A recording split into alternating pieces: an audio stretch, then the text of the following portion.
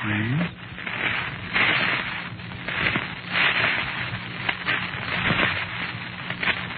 Quiet, please.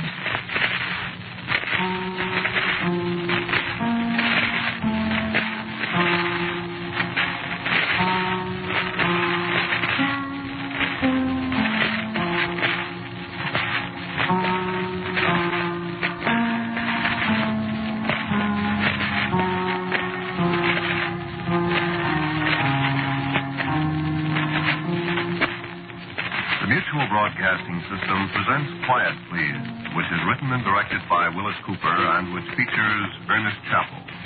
Quiet Please for tonight is called Rain on New Year's Eve.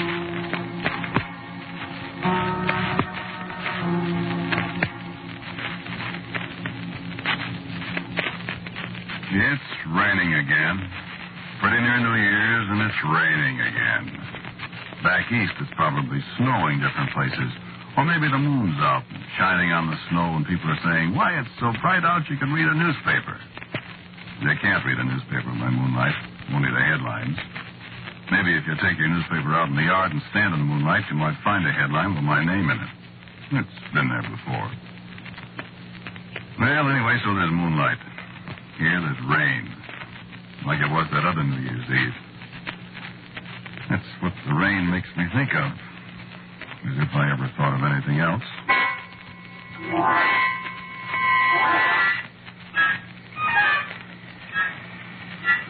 Listen to the rain. I was sitting in my office in the writer's court out there after we'd been on the picture for 2 or 3 months. Writing it, that is. They'd been shooting for about 3 weeks, but I was still on the picture because we had a producer that couldn't make up his mind, and the director was one of those guys, sort of road company Hitchcock, you know. He makes the picture up as he goes along. Only there has to be a writer filed away someplace where he can find him when he runs out of ideas, which is not more than 11 times a day. So I'm dying. I go on the set and I find actors there I never heard of, speaking lines I never wrote in scenes I couldn't figure out. Then the director would get me in a corner and put the arm on me. This thing doesn't seem to quite gel, old man. You know? And me and my little typewriter go to work to unscrew things while the overtime and the gin rummy games go right on. Great life, that. Well, so I'm sitting in my office and the rain is on the roof and the gas heater is frying my ankles while the draft from the window is giving my neck the deep freeze. Mary Lou, my secretary, comes in from her little cubbyhole next to mine. When do I get to do my Christmas shopping, Mr. Ramsey? You don't get to do your Christmas shopping, Mary Lou. Yes, I know. I didn't. What? Christmas was 2 days ago, Mr. Ramsey. Was? Well, Merry Christmas.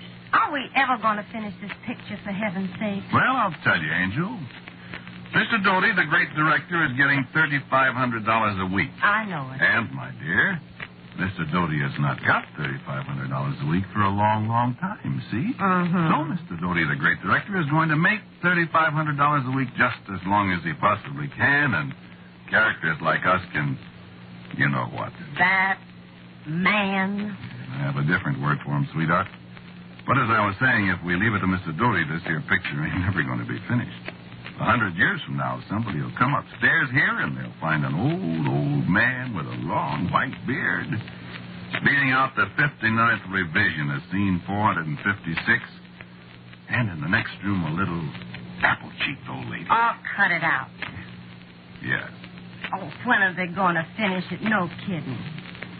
New Year's Eve. Well, maybe there'll be champagne and stuff on the set. Yeah, no doubt. For the expensive actors and the producers and the fine, upstanding director. For you and me, a nice bottle of 60-cent claret imported from right over there on Ventura Boulevard. You're so funny. On the contrary. Well, I'm getting awful sick of this, Mr. Ramsey. We've had to work every single night for the last 4 weeks. Do you realize that? You kidding? Do I realize? Go get me some coffee, will you, kid? I gotta stay awake for Mr. Doty. Coffee? I bet you and I could be elected president of Brazil, all the coffee we've put away. Answer the phone. It's Doty. Well, we gotta be dignified. Oh, Lord. Mr. Ramsey's office. Who's calling, please? Oh, yes, Mr. Doty. He's here. I'm always here. Ramsey. Yes, Mr. Doty. What seems to be the trouble? I see. Yes, I see. But, Mr. Doty, Well, that'd mean rewriting practically all it. Well, yes, I know. I mean... But what do you gain that way? What? 2 monsters? Well, what's 2 monsters got that 1 monster hasn't? Oh, yeah, sure, but who scares who? Whom, I mean. But, Mr. Doty, I saw a picture once with 2 monsters in it, and it was silly. What? Oh, you directed it. Well, I'll be right over. Skip the coffee, Mary Lou. 2 monsters? 2. Count 'em 2. And I'll lay you 6-2, and even by the time I get to the stage, you'll be hollering for 3. Take your raincoat. It's raining pitchforks. Maybe one of them will stab me.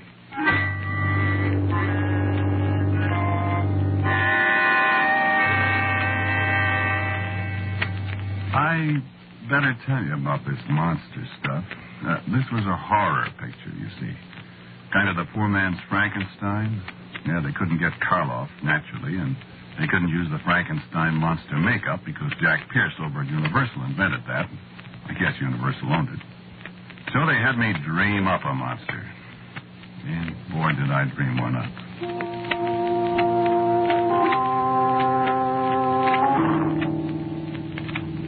There's an old book. It's called... No, I guess I won't tell you what it's called. Well, you don't want to take those old books too seriously. So I kind of swiped this monster out of the book. Well, you'll never see the picture, I suppose, so maybe I better tell you a little about him. No, I guess I won't either. He was the most horrible monster I ever saw, no kidding. And what the makeup department did with my sketch and my description. Oh, boy. Just one thing I'll tell you about him, and you can figure out the rest for yourself. He didn't have any face. You take it from there. But don't kid yourself. He was a thing. They got Ollie Tharp to play the goon. Nice fella, quiet, always grinning, modest. Good actor. Last guy in the world you'd expect to play a monster. Oh, yeah, sure. Karloff did the Frankenstein thing, and he's the mildest-mannered guy in the world. I remember him on the Son of Frankenstein set years ago in his monster suit all gray and green, showing pictures of his new baby to people. I had to laugh. Well, I guess monsters are human sometimes, huh? Yeah, maybe humans are... Yeah. Well, all right. I spend 3 hours listening to Mr. Doty run off at the mouth with the whole company having the screaming memes over all this nonsense. It's 5 minutes to 12 when he finally decides to quit and everybody goes home. They're all burned at Doty, but well, they'll wake up in the morning, remember the overtime, and they'll feel better. Me? Writers don't get overtime. So I get back to the writer's court and the lights burning in the window and Mary Lou is snoring away with her face in a stack of carbon paper. She wakes up and asks me a question. How many monsters now? We got 4 now, say, including me.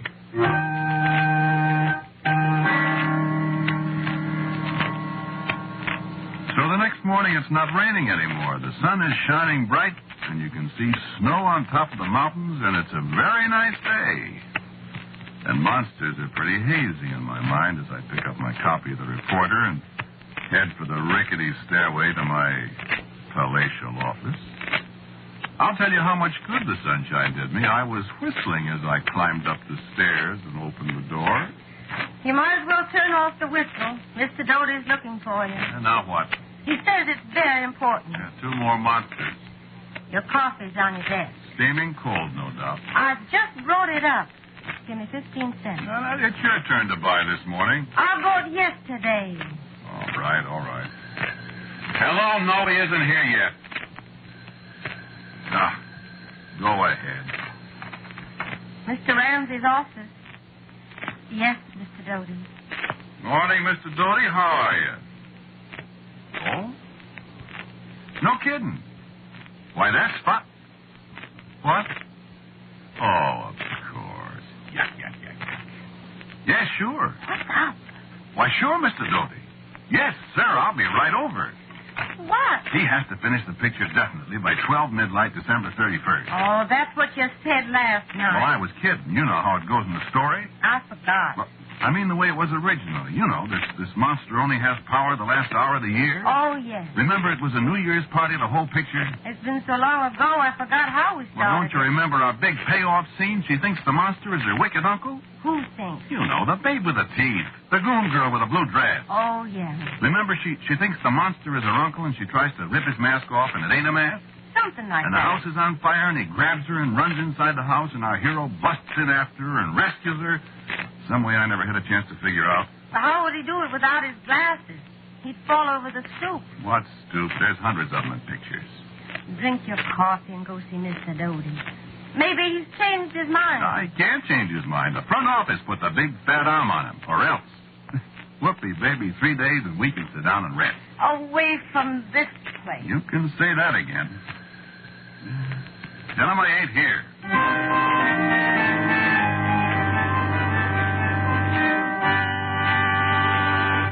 Well, sir, that sunshine looked better than ever to me. But when the big door of the stage swung shut behind me, the sunshine sure disappeared. Well, Mr. Doty was an unhappy man. Well, 3 more days and there wouldn't be any more of those $3,500. And he didn't like it a little bit. And guess who he took it out on? This is the worst story I ever had to work with. It positively smells I bad. didn't say. It's your story, Mr. Doty. All I got left is a monster, and he'll probably turn out to be Santa Claus or somebody. You listened to me when I told you how to do it. I didn't say. I listened to you, Mr. Doty, and now look what we got. Now I have to give up my beautiful idea of having 3 monsters instead of 1. Because then we'd have had to reshoot practically the whole picture, and you'd have made another $1 million. I didn't say that either. So, if you think you could possibly dredge up your original script, I think I can possibly make it into an acceptable B picture. Although that's a task even for a director like me. Mr. Doty doesn't realize what an unconscious humorist he is. That guy could make a B picture out of the signing of the Declaration of Independence, even if he had the original cast. So get to work. Get to work and do something. Have I got to do everything around here? Get a move on you. Oh, I got a move on me. Even if you think I disliked that guy up to now. What?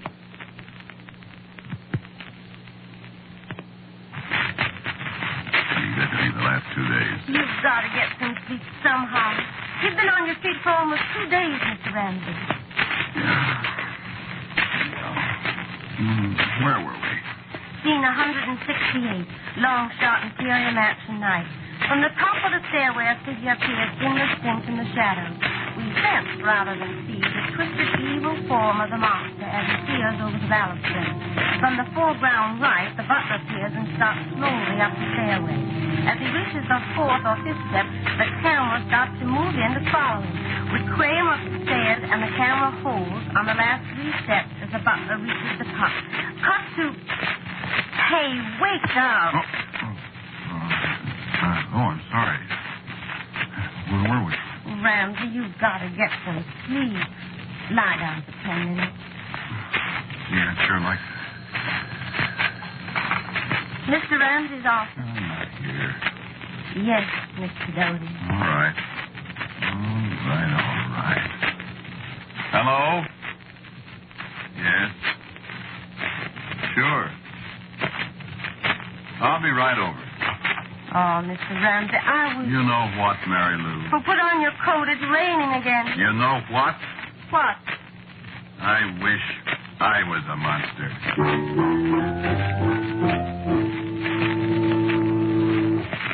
You know, I was a tired little fellow. I didn't have any Thanksgiving. I ate a bent ham sandwich in my office that day because Mr. Doty had to have 3 new scenes Friday morning. He called me at the office to see how I was doing. He just finished his Thanksgiving dinner. I didn't have any Christmas. I locked the door of my office and baked my brains out on a whole new sequence Mr. Doty had thought up.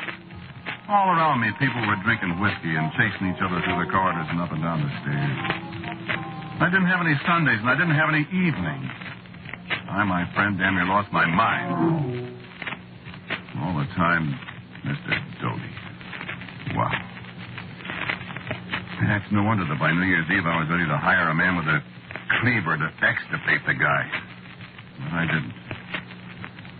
Nope, I sure didn't. At 9 o'clock, he called me over to the set again. Could I rewrite some dialogue? Well, I crossed him up on that one.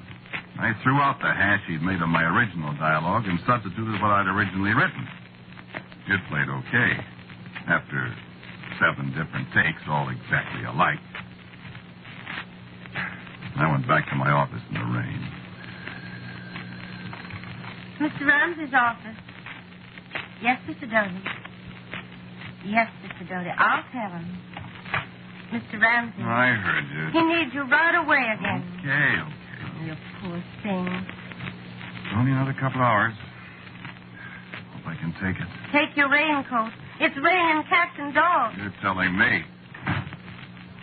That time it was a little piece of action he couldn't get through his ivory head. I explained it in words of one syllable, carefully avoiding the 4-letter ones. He thanked me, old boy, and I went out into the rain again. Rain. Oh, what rain in California can do to you. I heard of a fellow that jumped into the Los Angeles River once after a week of rain. Ordinarily, he'd break his ankle, but he drowned.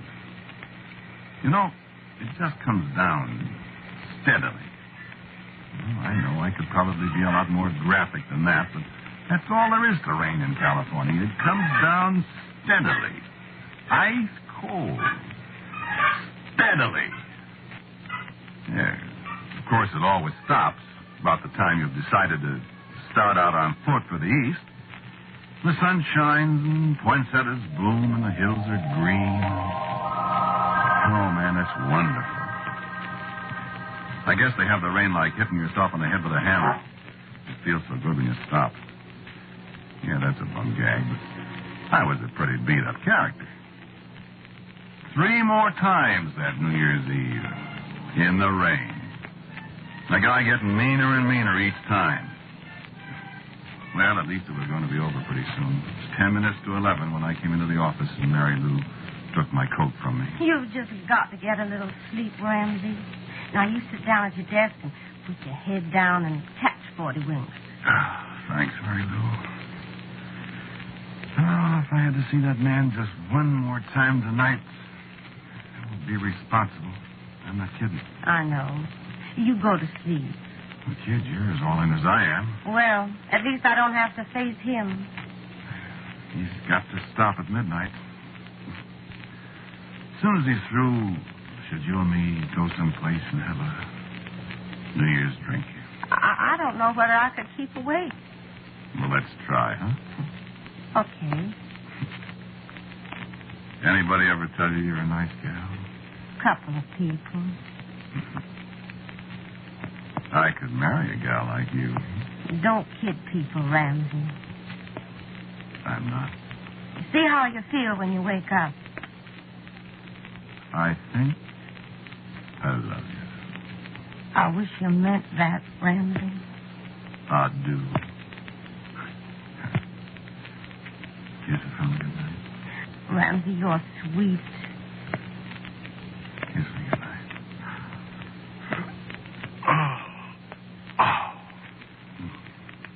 I'm sorry. Go to sleep.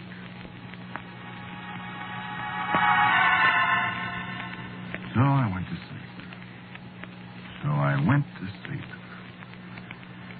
And I dreamed. Even when I was asleep, I couldn't get that guy Doty off my mind. I dreamed I was on the set. I dreamed they were shooting the last scene, the one where the monster comes closer and closer to the camera till that head of his without any face fills the whole screen. You know how it is in dreams. You're here, and then all of a sudden you're there, and you're one guy, and then you're another, and it's all mixed up. Yeah. I could see the set, and I could hear Doty call out. Quiet! Run!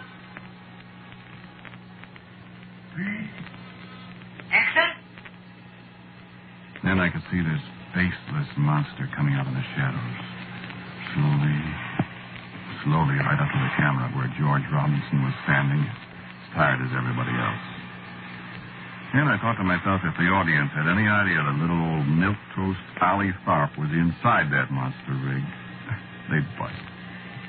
And in the dream, I saw Dodie jumping up and down in one of those silly rages of his, and he yelled, Get back there and fly over. You've got about as much minute as Ramsey over there. even in my dreams, he was picking on me. And so they started all over again. My dream got kind of mixed up all right there, and I sort of seemed to be following the monster, because I could see Dodie's face right in front of me as the monster moved in. When Dodie yelled, cut again, the monster and I didn't stop. I just sort of seemed to follow him right on, farther and farther. I saw the monster's big, hairy hands grab Dodie, and Dodie screamed, and the monster's hands were fumbling at Dodie's neck. Dodie was fighting, and I saw Dodie bite the monster's hand. It was so real I could almost feel it. And then everything got black in my dream, and there were a lot of bells ringing, and that's what woke me up. So I raised my head, and of course, there I was in my office. And I pulled myself out of it a little, and I knew what the bells were. They were bells ringing in the new year. The rain was hammering on the roof, and it was tomorrow. So I got up and hollered for Mary Lou. Mary Lou! Hey, Happy New Year, Mary Lou. And she didn't answer. I stepped through the door into her little office. And she was lying on the floor behind her desk. And the look on her face was something I never want to see again. It was a look of the most awful horror anybody could imagine. The kind of look you'd expect to see on the face of someone who'd been literally frightened to death by a monster who had no face at all.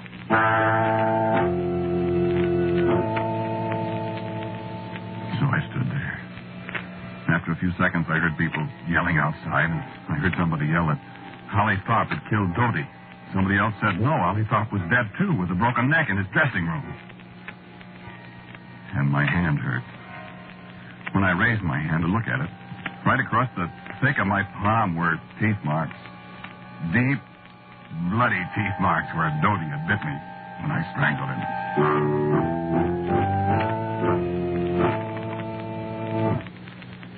So you see, that's why I say never take any of those old books too seriously. Remember I said I wished I was a monster? Remember what the book said? The monster only possessed his murderous power for 1 hour, the last hour of the year. New Year's Eve again, and it's raining. Got anybody who wants murder?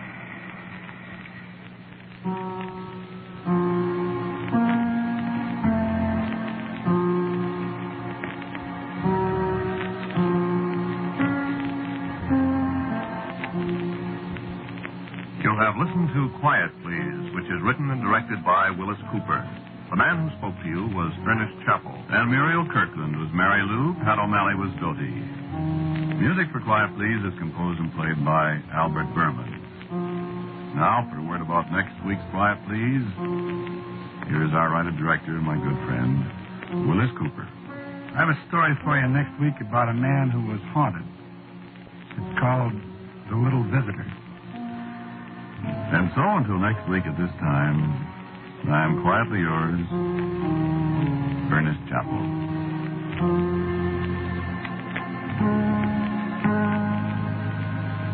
Quiet Please comes to you from New York. This is the Spooky Ventures is the home for spooky content and spooky merchandise on the web. Check it out today at spookyventures.com. And remember, always keep it spooky.